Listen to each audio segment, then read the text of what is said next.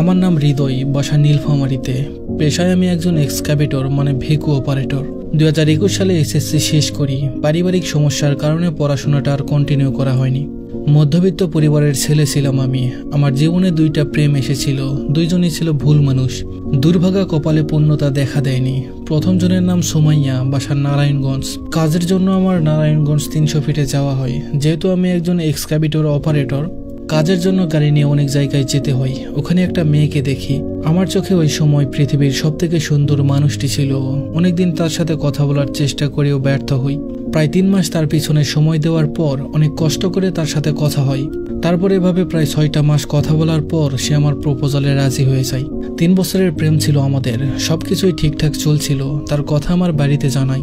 যেহেতু আমি বাড়ির ছোট ছেলে, তাই কেউই না করেনি, সবাই সবকিছু মেনে নেয়। এভাবে 3 বছর খুব ভালোই চলছিল। আমার ফার্স্ট প্রায়োরিটি ছিল। হঠাৎ তার আচরণ, কথাবার্তা সবকিছুই পাল্টাতে লাগলো। তার এইরকম ইগনোর দেখে আমি অনেক জানার চেষ্টা করি যে সে কেন এমন করছে। সে বলল আমাকে নাকি তার পরিবার এখন আর মেনে নিবে না, কারণ আমার বাসা অনেক দূরে, নীলফামারীতে।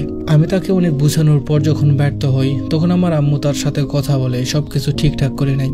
সবকিছু ঠিকঠাক হওয়ার পর 3 বছর পর হঠাৎ একদিন ও আমাকে বলে আমাকে কতটা ভালোবাসো তার প্রমাণ দিতে হবে। আমিও বললাম কি প্রমাণ লাগবে। সে প্রমাণ হিসাবে আমাকে হাত কাটতে বলল আর 20টা ঘুমের ট্যাবলেট খেতে বলল। আমার হাত কাটা এবং ঘুমের ওষুধ খাওয়ার ভিডিও তাকে পাঠানোর 10 মিনিট পর কি হয়েছে আমি জানি না। প্রায় 4 দিন হসপিটালে থাকার পর যখন বাসায় আসি, তখন মোবাইলটা হাতে নিয়ে দেখি সব জায়গা থেকে ও আমাকে ব্লক করে দিয়েছে। এটাই হয়তো তার ভালোবাসা ছিল। তার মাসখানেক পর জানতে পারি দুবাই প্রবাসী ছেলের সাথে তার প্রেম চলছে। ওই অবস্থায় আমার সাথে 3 বছরের প্রেমের অভিনয় করে গেছে। এমনকি আমার সাথে রিলেশনে আসার 7 দিন পরে ওই প্রবাসী ছেলের সাথেও রিলেশনে গেছে। অনেক কান্নাকাটি করেছি তার জন্য, অনেক যোগাযোগ করার ট্রাই করেছি, কিন্তু কোনোভাবেই আমি আর তার সাথে যোগাযোগ করতে পারিনি। সুমাইয়ার সাথে ব্রেকআপ হওয়ার পর প্রায় 1.5 বছর পর হঠাৎ করে নুসরাতের সাথে আমার ফেসবুকে পরিচয় হয়। জানুয়ারি মাসের 27 তারিখে। ওর বাসা দিনাজপুর। প্রথম দিন আমাদের অডিও কলে প্রায় 40 মিনিট কথা হয়। 2 দিন কথা বলার পর হঠাৎই অফলাইনে চলে যাইও। তার ঠিক 10 দিন পর অনলাইনে আসে।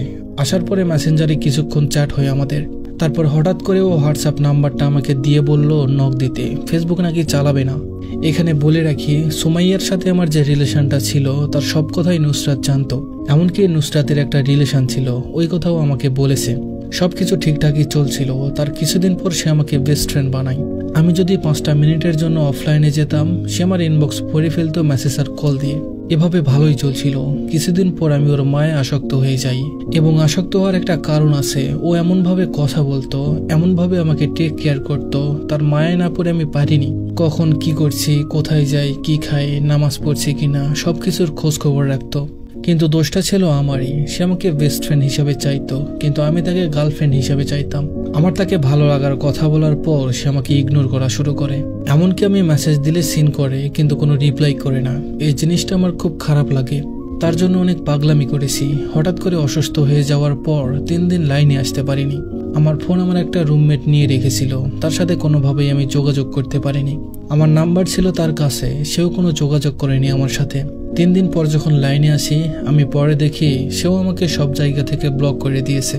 তার সাথে কথা বলার জন্য আমি অনেক চেষ্টা করেছি, কিন্তু পারিনি। শেষমেশ আমি আমার একটা বড় আপুকে দিয়ে তার সাথে কথা বলানোর ট্রাই করি, সেখানেও ব্যর্থ হই।